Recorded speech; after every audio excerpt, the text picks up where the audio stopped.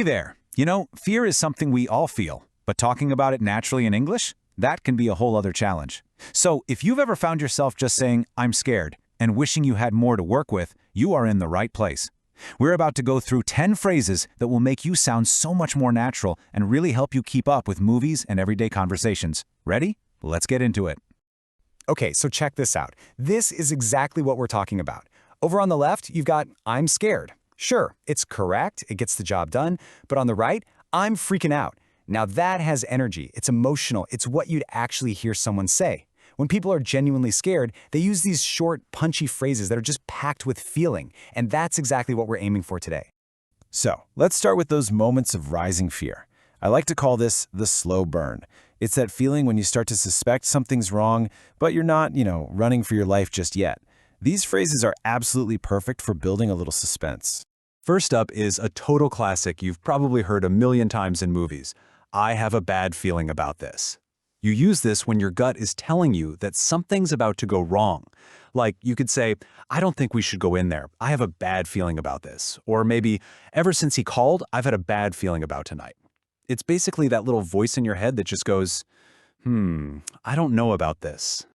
Now, this next one is great because of how subtle it is. Something feels off. This is what you say when you have that intuitive kind of fear, You can't point to exactly what's wrong, but your internal alarm bells are just starting to ring a little. You might say, "I can't put my finger on it, but something feels off about this whole deal."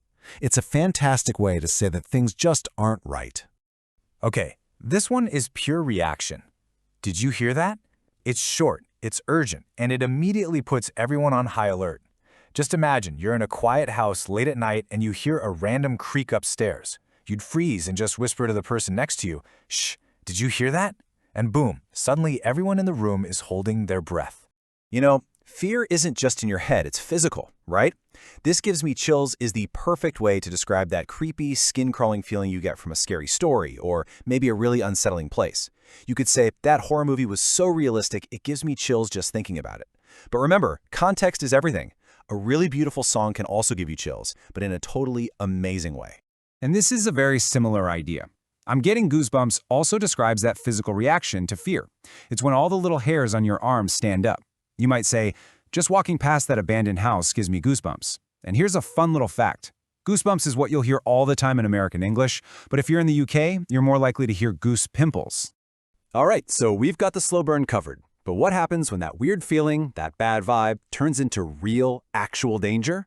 Well, let's jump into our next set of phrases and see how the intensity ramps up. So now we're at peak panic. This is the tipping point. These are the phrases you pull out in those moments of super high intensity, when you feel completely overwhelmed and you've got to do something right now. Okay, here is a phrase you are going to hear all the time with friends. "I'm freaking out." Is definitely informal, but it's a super common way to say you're just totally overwhelmed by panic. For instance, "I can't find my passport and my flight is in 2 hours. I'm freaking out."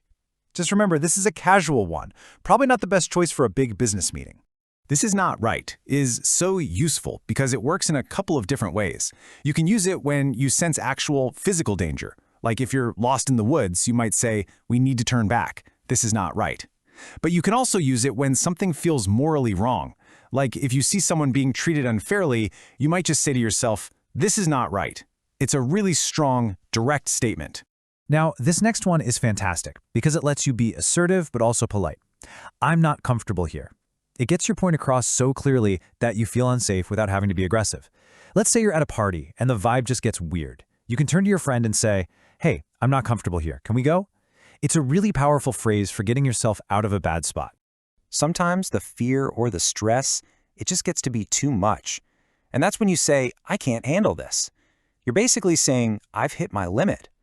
Think about being in a super crowded, chaotic place. You might just say, "There are too many people. I can't handle this. I need to go." It works for fear, but really for any situation that feels overwhelming. And finally, we have the ultimate action phrase, "Let's get out of here." Listen, this is not a suggestion. It is a command. It's urgent. If you smell smoke in a building, you don't stop to think about it. You grab your friend and you say, "Let's get out of here." And if you add the word "now" on the end, that urgency just goes through the roof. So there you have it, our 10 phrases. But before we wrap up, let's just take one last look at how you can swap out that basic "I'm scared" for something with a little more detail, something a little more natural. Just take a look at this. It gives you even more great options. So instead of "I'm scared," if the fear is really, really intense, you can level up to "I'm terrified." If you're in a more formal or work setting, a great choice is "I feel uneasy." If you're feeling all anxious and tense, like you're just waiting for something bad to happen, you can say you're on edge. And if you're scared about something in the future, like a big exam, you'd say "I'm dreading it." See how each one just paints a much clearer picture?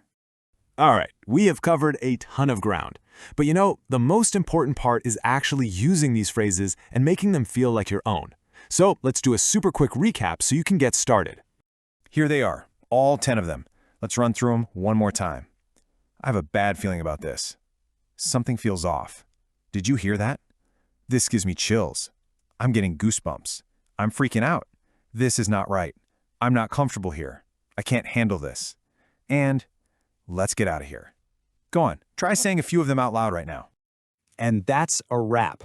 Look, the goal here isn't just to memorize a list. It's to start feeling confident enough to actually use these phrases. So I have a question for you. Which one of these phrases are you going to try and use today? Even if you're just describing a scene in a book or movie, just pick one and make it yours. Thanks so much for joining me.